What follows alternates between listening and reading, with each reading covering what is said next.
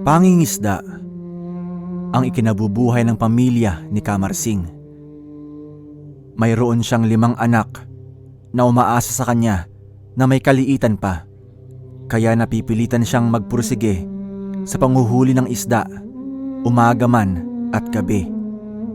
Subalit, hindi sapat ang kakapiranggot na nahuhuling isda sa karagatang nasasakupan ng kanilang baryo, kung kaya't napag-isipan niya na dumayo sa Karatig Isla. Nasa edad 12 ang panganay na anak ni Kamarsing na si Arnel, at ito ay nakakatulong na sa kanya sa pangingisda. Ngunit sa pagkakataong ito, hindi nito kakayanin ng umalalay sa ama ng mag-isa sa malayuang paglalayag, kung kaya't niyaya niya ang kanyang pamangkin na sumama sa kanila, si Baday. Nag-iisang anak ito ng kanyang bunsong kapatid na kapitbahay lamang nila. Baday, mamayang bago magtakip silim, tayo'y gagayak papunta sa kabilang isla. Nakakayamot na ang ganito na laang sa tuwing tayo'y lalaot, wala man lang napapala. Halos wala tayong mahuling isda. Baka sa kabilang ibayo ay swertehin tayo. Mahina na ang dagat dito sa atin dahil gawa nitong mga dayo na napapadpad sa lugar natin, gumagamit ng ipinagbabawal na dinamita at kanilang mga naglalakihang lambat. Ni walang pakundangan sa pananalasa sa ating karagatan. Pagmamaktol ni Kamarsing. Magbuhat ng dumarami na ang dumarayo sa kanilang baybayin, ay bihira na lamang silang nakakahuli ng magagandang uri ng mga isda. Pagkadaong ni Kamarsing, pagkatapos mga isda, ay panay buntong hininga na lamang ang abot-abot na kanyang pinapakawalan. Ngayon, napagdesisyonan niyang dumayo sa kabilang isla, bagamat may kaunting kaba sa kanyang dibdib dahil sa mga alalahanin, ngunit desidido na siyang sumubok, malamnan lamang ang kumakalam na sikmura. Ang islang tinutukoy ni Kamarsing ay halos 3 oras ang layo mula sa kanila gamit ang bangkang de makina. Walang kabahayan sa islang ito, kaya't dinarayo ito ng ilang mangingisda na umaasa sa mayamang laman dagat na nakukuha mula rito. Ngunit, iilan lamang sa mga mangingisda ang naglalakas loob na dumayo sa islang ito dahil sa pangamba ng iba sa napapabalitang may nagtatago di umano na mga kakaibang mga nilalang dito. Ayon sa balita, mayroon daw isang mangingisda ang dumayo dito, subalit hindi na nakabalik. At ang sabi ng iba, natagpuan na lamang sa may dalampasigan ang kanyang bangka. Ngunit wala na ang naturang mangingisda. Sinubukan nilang hanapin ang kinaroroonan ng mangingisda, ngunit inabot na sila ng buong maghapon ay wala man lang bakas nito ang natagpuan. Hindi na nangahaspa ang mga mangingisda na suyurin ang kasukalan ng gubat upang hanapin ang nawawalang kasamahan dahil sa pangamba na baka sila'y mga nganib, lalo pat magtatakip silim na. Delikado na kapag magtatagal pa tayo sa islang ito. Kailangang lisanin na natin ang lugar na ito sa lalong madaling panahon. Wika ng isang mangingisda. Nawala na ng pag-asa ang pamilya ng mangingisda na mahanap pa ang nawawala nilang kamag-anak. Nang tumagal, halos limot na ang pangyayaring pagkawala ng isang mangingisda sa isla, kung saan dadayo sina Kamarsing kasamang pamangkin at anak. Kung ano pa man ang mayroon sa islang ito, hindi ito magdudulot ng pangamba sa pamilya ni Kamarsing, kundi ang alalahaning maraming kakalam ang mga sikmura kung hindi sila kikilos. Tatay, totoo nga po pala na sadyang napakarami ng isda rito. Kahit saglit pa lamang tayo halos puno ng ating lagayan. Tiyak ako na matutuwa si inay nito. Ani Arnel, ang panganay na anak ni Kamarsing. Oo nga po, tiyo. Ang swerte naman natin. Magiging masayang uwi nating ito. Dagdag pa ni Baday. Magpapalipas muna tayo ng gabi sa islang ito. At bukas ng madaling araw tayo gagayak pabalik sa atin. Umidlip muna kayo saglit nang makapagpahinga para makabawi ng lakas. Ani Kamarsing sa dalawa. Habang nasa kalagitnaan ng pamamahinga, walang ano-ano'y may narinig na kaluskos si Kamarsing. Hindi ito makatulog. Humiga lamang ito sa dalampasigan at sa ibabaw ng buhanginan, inilatag ang pagod na katawan. Ngunit nagpa siya itong wag matulog dahil nangangamba pa rin siya sa lugar na ito. Bagamat wala pa namang napapatunayan sa balitang kanilang narinig tungkol dito. Sa may kakahuyan sa hindi kalayuan, may naaaninag na mga anino ng tao ang napansin ni Kamarsing na siyang sanhi ng ingay at kaluskos. Dahan-dahang gumagapang ang mga ito. Napakiwari niya ay mga mababangis na hayop sa gubat.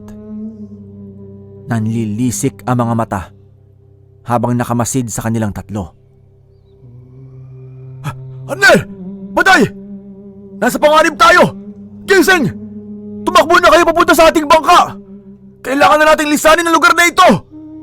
Sigaw ni Kamarsing nang makita niyang lulusubin na sila ng pangkat na mga kakaibang nilalang. Naglalaway ang mga nilalang na ito na may mahabang pangil. Kakaiba ang kanilang itsura.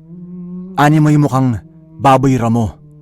May mahabang bunganga na nakausli ang mga ngipin at mapupula ang mga mata. Wala silang saplot at gumagapang sa lupa habang papalapit sa kanila. Naalimpungatan mula sa pagtulog, taranta sa pagtakbo ang magpinsan na Arnel at Baday. Walang lingon likod na tumakbo sila ng mabilis patungo sa nakadaong nilang bangka sa tabing dagat. Samantala, naiwan si Kamarsing na nakikipagpambuno sa 3 aswang na lumusob sa kanila. Gigil na gigil ang mga ito at desperadong mahuli siya. Pinagtulungan ng 3 aswang ang kawawang pobreng mangingisda. Puno na ng kalmot ang pisngi at mga braso ni Kamarsing sa pagsalag sa bawat atake ng mga aswang na may matatalas na mga kuko. Puting inaabit! Yari kayo sa akin ngayon, hinayo pa kayo! Subukan ninyong dumais! Pag hindi ay galos at lapnos inyong abutin din sa buntot pagi na aking daladala. Akala ga ninyo hindi ko kayo napapaghandaan? Abay pa rin eh! Nais! Na magkaalaman kung sinong matibay sa atin! Hamon ni Kamarsing. Pinaikutan ng 3 aswang si Kamarsing, ngunit hindi ito makalapit sa kanya. Panay lamang ang atungal ng mga ito na parang mga mababangis na mga hayop. Sa hindi kalayuan, nakasalta na sa bangka ang magpinsan. Nag-uunahan sa pagkalabog ang mga dibdib at nanghihina ang mga tuhod sa panginginig dahil sa matinding takot na nasaksihan. Hindi sila makapaniwala sa nangyayari. Pakiwari nila, isa lamang itong bangungot na pilit nilang tinatakasan. Kung ito man ay isang masamang panaginip lamang, sana magising na sila at makabalik na sa realidad. Biglang naalala ni Baday ang pana para sa panghuhuli ng isda na kanyang isiniksik sa dulo ng bangka. Hinugot niya ito at nabuhayan siya ng loob. Ang pana at palasong ito ay yari sa tanso. Bigay pa ito ng kanyang yumaong lolo na isa ring mangingisda. Bago pumanaw ang kanyang lolo, na ipamana na ito sa kanyang tatay sapagkat ito ang paborito niyang anak. Napakaginto ng bagay na ito para sa mga mangingisda dahil ng mga panahong ito, bihira lamang sa kanila ang magkaroon ng ganitong gamit. Arnel, wag na wag kang umalis dito sa bangka. Dito ka lang. Kapag magkagipitan, managwan ka na papalaot para mailigtas mo ang iyong sarili. Babalikan ko muna ang tiyo. Kapag may lumapit sa'yo, hambalusin mo niyang buntot ng pagi na tangan mo. Paalala ni Badoy sa pinsan. Opo kuya, bilisan mo na. Balikan mo na si tatay. Nakakatakot ang mga itsura nila. Pagmamakaawa ni Arnel habang umiiyak at nanginginig sa takot.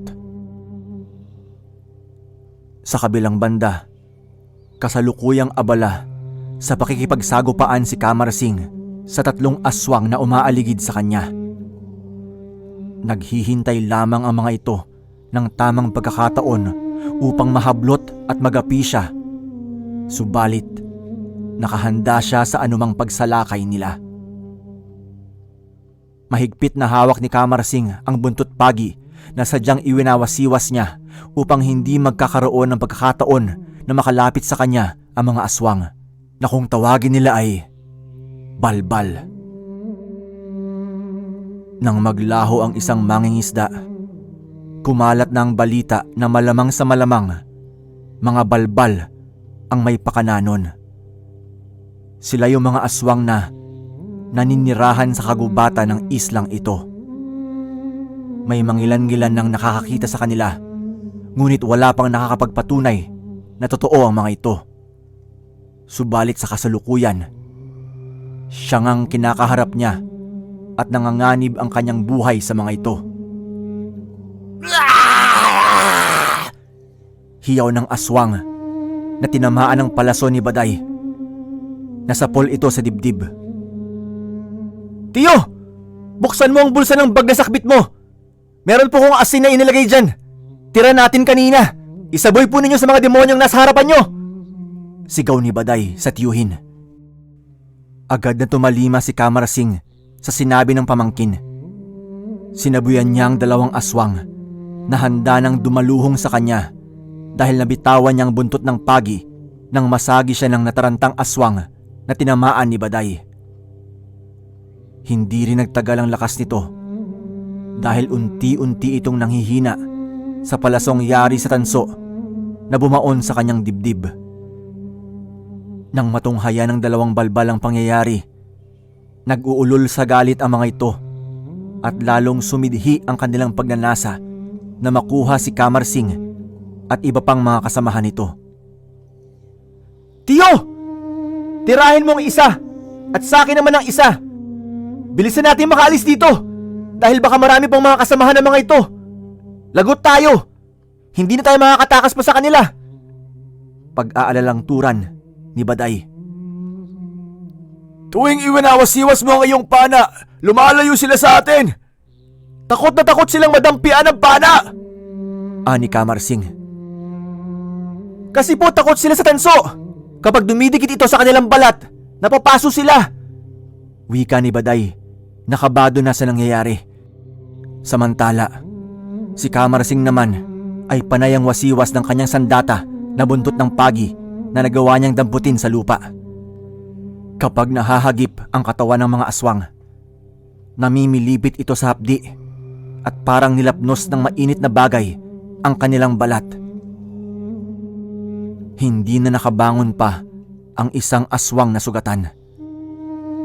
Unti-unti itong nanghina at tuluyang binawian ng buhay. Huwag na natin itong patagalin pa, tiyo! Sunggaban mo na ang aswang na nasa harapan mo! Sabay tayo sa pag-atake sa kanila! Sigaw ni Baday sa tiyuhin. Sa bilis ng mga pangyayari, halos namangha si Baday at hindi makapaniwalang natalo nila ang mga aswang. Kaya nagkaroon sila ng pagkakataong makatakas. Tumatakbong papunta sa baybaying dagat ang magtiyo at tanaw nila si Arnel na kitang-kita ang takot sa muka. Kailangan niyang bilisan ang kanyang mga kilos dahil habang papatakas ang kanyang ama at pinsan, kasunod na mga ito sa may hindi kalayuan ang grupo ng mga paparating na walang pinag-iba sa nakalaban nila na 3 mga aswang. Ngayon, sigurado na sila na angkan ito ng mga aswang na naninirahan sa islang ito. Itay! Kuya! Bilisan niyo tumakbo! Papalapit na sila! Sigaw ni Arnel. Nilangoy na ng magtiyo ang bangka habang papalapit naman si Arnel sa kanila. Wala silang sinayang na oras at sumalta agad sila sa bangka upang iligtas ang kanilang mga buhay. Woo! Munti ka na tayo dun ah! Tawa ng tagumpay ni Kamarsing nang sila'y tuluyan ng makatakas sa mga nakasunod sa kanila. Mabilis na pinaandar ni Baday ang makina ng bangka upang makalayo agad sa kinaroroonan nila. Habang tumatakbong papalayo sa islang bangka, unti-unti namang pumuputok ang liwanag at sumisilay na ang muka ni Haring Araw. Nagsisimula ng lumiwanag ang paligid, pagbabadya ng kaligtasan. Ngayon ligtas na silang pabalik sa kanilang baryo. Baon ng karanasang hinding-hindi nila makakalimutan habang sila'y nabubuhay. Nang makarating sina Kamarsing sa kanilang dalampasigan, bakas sa kanilang mga itsura ang pagod sa mga pinagdaanan. Ngunit sa kabila ng lahat, nakangiti pa rin sila. Ito'y dahil nakaligtas sila sa tiyak na kapahamakan at kamatayan. Isa pa, marami silang huli na isda. Tuwang-tuwa ang may bahay ni Kamarsing sa napakaraming isdang pasalubong. Ang hindi niya alam, buwis buhay ang kapalit nun.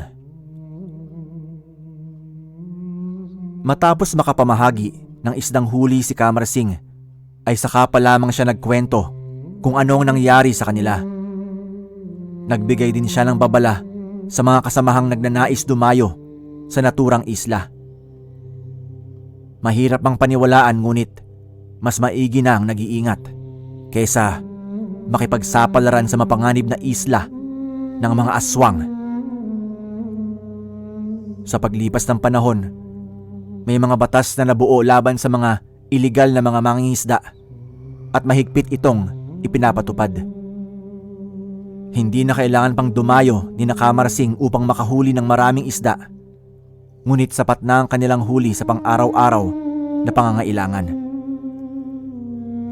Unti-unti na ring bumabalik ang ganda ng mga koral na siyang tirahan ng mga laman dagat na sinira ng mga pagsabog ng dinamita at walang habas na paghulog ng mga malalaking lambat. Samantala, ang isla ng Tingloy unti-unti nang dinarayo ng mga turista dahil sa ganda ng tanawin dito. May ilan na ring mga investor na nagtayo ng kanilang mga beach resort sa islang ito dahil sa puting buhangin na siyang naging pangunahing attraction dito. Kung tungkol sa angkan ng mga balbal na dating naninirahan dito, wala nang naging balita sa kanila. Malamang sa malamang, nilisan na nila ang islang ito buhat ng malagasan sila ng 3 kasamahan na hindi nakaligtas sa engkwentro ni Kamarsing. Wala ni isang makakapagturo sa kinaroroonan ng mga balbal. Kung nilisan man nila ang isla o nanatili dito, ang kanilang angkan lamang ang totoong nakakaalam. Kumusta, kampo? Sana'y okay lang kayo. Shoutout time tayo muna. Shoutout kay Michelle Sorini, maraming salamat. Shoutout kay Rosette, hey Rosette. Shoutout din kay Manuel Gragasin, hello. Shoutout din kay Maxine 2954, kay Jeppy Alejandro. Shoutout also kay Kleng Kleng, anak ni Ibka. Uy, salamat Pap, salamat. Hi Kleng Kleng. Shoutout also kay Rexy Ann, thank you for listening. Giovanni Balan, maraming salamat po. King Cyclops, thank you. Cat Burglar, shoutout sa'yo. Okay, and kay Adrian Ruby, maraming salamat. And of course, shout out sa Team Abangers, maraming salamat sa inyong suporta. Okay, till the next upload. See you guys. Ingat lagi.